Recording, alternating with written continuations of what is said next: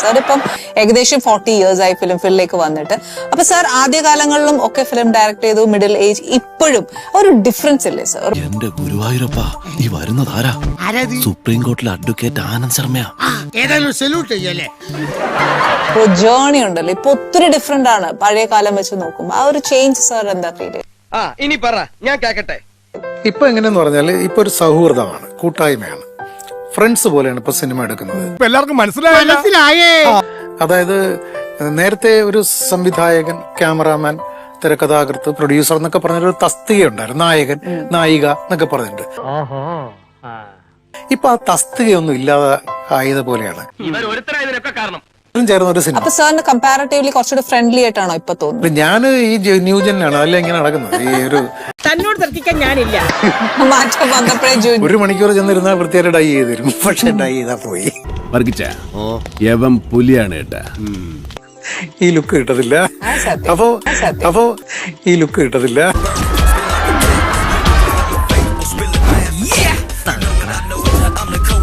ഈ മാക്സിമം നമ്മൾ അവരോടൊപ്പം ഇറങ്ങി ചെല്ലണം.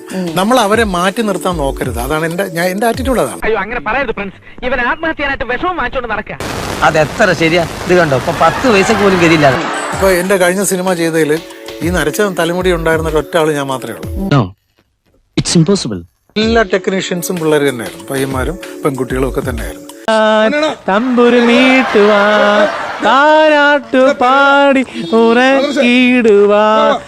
ഒരു സിനിമ സക്സസ് ആയാൽ പിന്നെ ആ ടീമിലെ ആരുടെയെങ്കിലും ഒരു ഡേറ്റ് ഒരു പടത്തിന് വെച്ചാൽ കിട്ടത്തില്ല. എനിക്കെന്നല്ല, ആർക്ക് വെച്ചാലും. നീ ആരുടെ കോപ്പ ഇരി കയറിയടാ? ഞാനോ? ഞാൻ നിന്റെ അപ്പൻ. അവർ ഇതിനൊരു ടീം ഉണ്ടാക്കി. ഇപ്പൊ ഏത് സിനിമ വേണമെങ്കിൽ എടുത്ത് വയ്ക്കുള്ളൂ. ഈ അടുത്ത കാലത്ത് ഹിറ്റായ സിനിമകളുടെയൊക്കെ സെക്കൻഡ് പാർട്ടോ അല്ലെങ്കിൽ അടുത്ത പ്രോജക്റ്റോ അവര് തന്നെയാണ് പ്ലാൻ ചെയ്തത്. വർഷങ്ങൾക്ക് ശേഷം ഒരു സിനിമ വിനീത് ശ്രീനിവാസന്റെ, അതിനകത്ത് അത് ന്യൂജൻ സിനിമ തന്നെയാണെങ്കിൽ പോലും അതിനകത്ത് നമുക്ക് ഈ പറഞ്ഞതൊന്നും മിസ്സാവില്ല. നീ അതൊന്നും അന്വേഷിക്കണ്ട.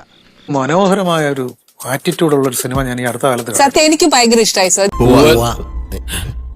ഇത് ഭയങ്കര അത്ഭുതം തന്നെ.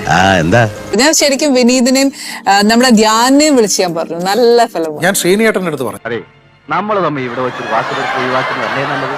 ഞങ്ങളുടെ ഒരു മീറ്റിംഗിന് വന്നപ്പോൾ ഞാൻ ശ്രീനിയേട്ടന്റെ അടുത്ത് തന്നെ പറഞ്ഞു. നല്ല മൂവി. ഞാൻ പിന്നെ അതിന് റിവ്യൂ എഴുതിയായിരുന്നു. റിവ്യൂ അവരുടെ കയ്യിലൊക്കെ കിട്ടി എന്നുള്ളതും അറിഞ്ഞായിരുന്നു.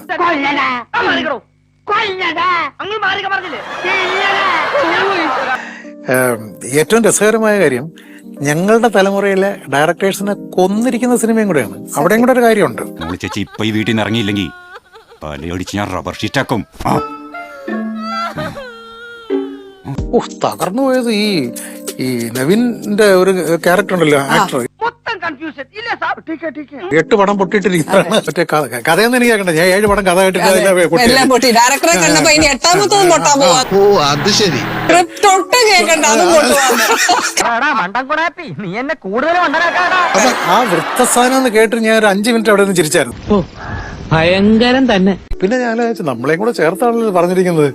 എന്നിട്ടും നമ്മൾ ചിരിച്ചു എന്നുള്ളതാണ് സത്യം.